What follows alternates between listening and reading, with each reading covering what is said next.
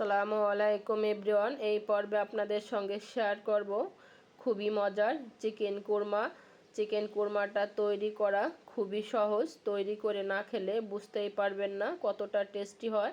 আশা করছি ভিডিওটা ভালো লাগবে। ভালো লাগলে বেশি বেশি করে লাইক কমেন্ট শেয়ার করবেন। তাহলে চলেন ফুল রেসিপিটা দেখে নেওয়া যাক। প্রথমে নিয়েছি 6 পিস চিকেন। আমি এখানে ব্রয়লার মুরগি নিয়েছি, আপনারা যদি চান লেয়ারটাও নিতে পারেন। আমি ভালো করে পরিষ্কার করে ধুয়ে নিয়েছি। দিচ্ছি হাফ টেবিল চামচ লবণ, আর দিচ্ছি 2 টেবিল চামচ টক দই লবণ দিয়ে চিকেনটাকে ভালো করে ম্যারিনেট করে নিব। ভালো করে ম্যারিনেট করে আমি আধা ঘন্টার জন্য রেস্টে রেখে দিব। এতে করে যেটা হবে, আপনার চিকেনের ভিতরে টক দই লবণটা ঢুকে যাবে। চুলায় একটা প্যান বসিয়ে দিয়েছি। প্যানের ভিতরে দিচ্ছি আমি 1-2 কাপ রেগুলার সয়াবিন রান্নার তেল, আর নিয়েছি 5-6টা পেঁয়াজ কুচি। পেঁয়াজটাকে আমি ভালো করে কুচি করে নিয়েছি, ছোট ছোট করে কুচি করে নিতে হবে। এখন আমি পেঁয়াজটাকে ভালো করে ভেজে আমি পেঁয়াজটাকে গোল্ডেন কালার করে নিব। এখান থেকে আমি কিছু পেঁয়াজ তুলে নিচ্ছি। এটা আমি চিকেনের উপর দিয়ে ছড়িয়ে দিব, এর জন্য তুলে নিচ্ছি। আর দিচ্ছি আমি পেঁয়াজের ভিতরে দারচিনি, লবঙ্গ, 2-3টা এলাচি, তেজপাতা, আর নিয়েছি জয়ত্রী। এখন আমি সব মশলা দিয়ে হালকা একটু নেড়ে চেড়ে নিব। হালকা একটু নেড়ে চেড়ে নিলে ফ্লেভারটা ভালো আসবে। দিচ্ছি এখন আমি 1 টেবিল চামচ আদা বাটা, 1 টেবিল চামচ রসুন বাটা,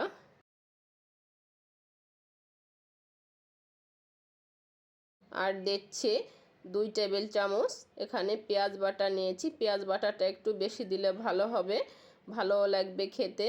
দিচ্ছি হাফ টেবিল চামচ মরিচের গুঁড়া, হাফ টেবিল চামচ ভাজা জিরার গুঁড়া, হাফ টেবিল চামচ লবণটা আপনারা স্বাদ অনুযায়ী দেবেন, যে যেমনটা খান সেই অনুযায়ী। এখন আমি তেলের সঙ্গে মশলাটাকে ভালো করে একটু কষিয়ে নিব। ভালো করে কষিয়ে নিলে মশলার ফ্লেভারটা ভালো লাগবে। এখন আমি মশলার ভিতরে দিয়ে দিচ্ছি 1-2 কাপ টক দইটাকে পানি ঝরিয়ে ভালো করে ফেটে নিয়েছি। পানি ঝরিয়ে নিলে সবচেয়ে বেটার হয়, তা না হলে দেখা যাচ্ছে যে আপনার টক দইটা কেটে কেটে যায়। এখন আমি টক দইটাকে দিয়ে মশলার সঙ্গে ভালো করে একটু নেড়ে চেড়ে নিচ্ছি।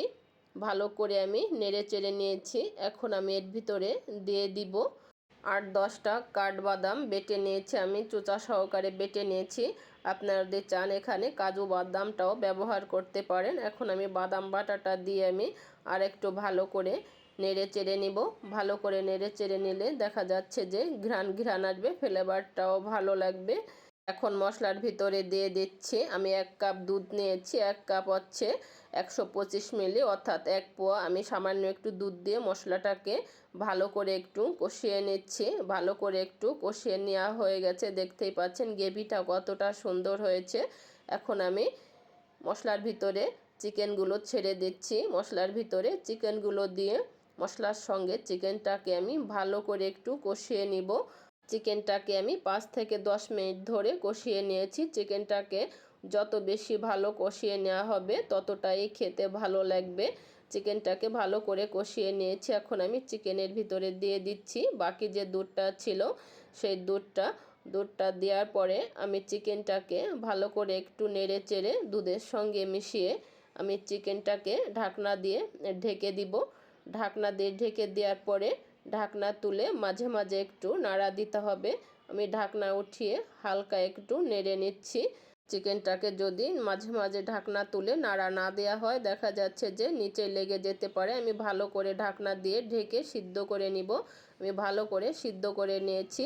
এখন আমি চিকেনের ভিতরে দিয়ে দিচ্ছি 5-6টা কাঁচামরিচটাকে আমি একটু ভেঙে নিয়েছি। কাঁচামরিচটাকে ভেঙে নিলে দেখা যাচ্ছে যে ঘ্রাণ আসবে, কাঁচামরিচের ফ্লেভারটা পাবেন চিকেনটা খাওয়ার সময়।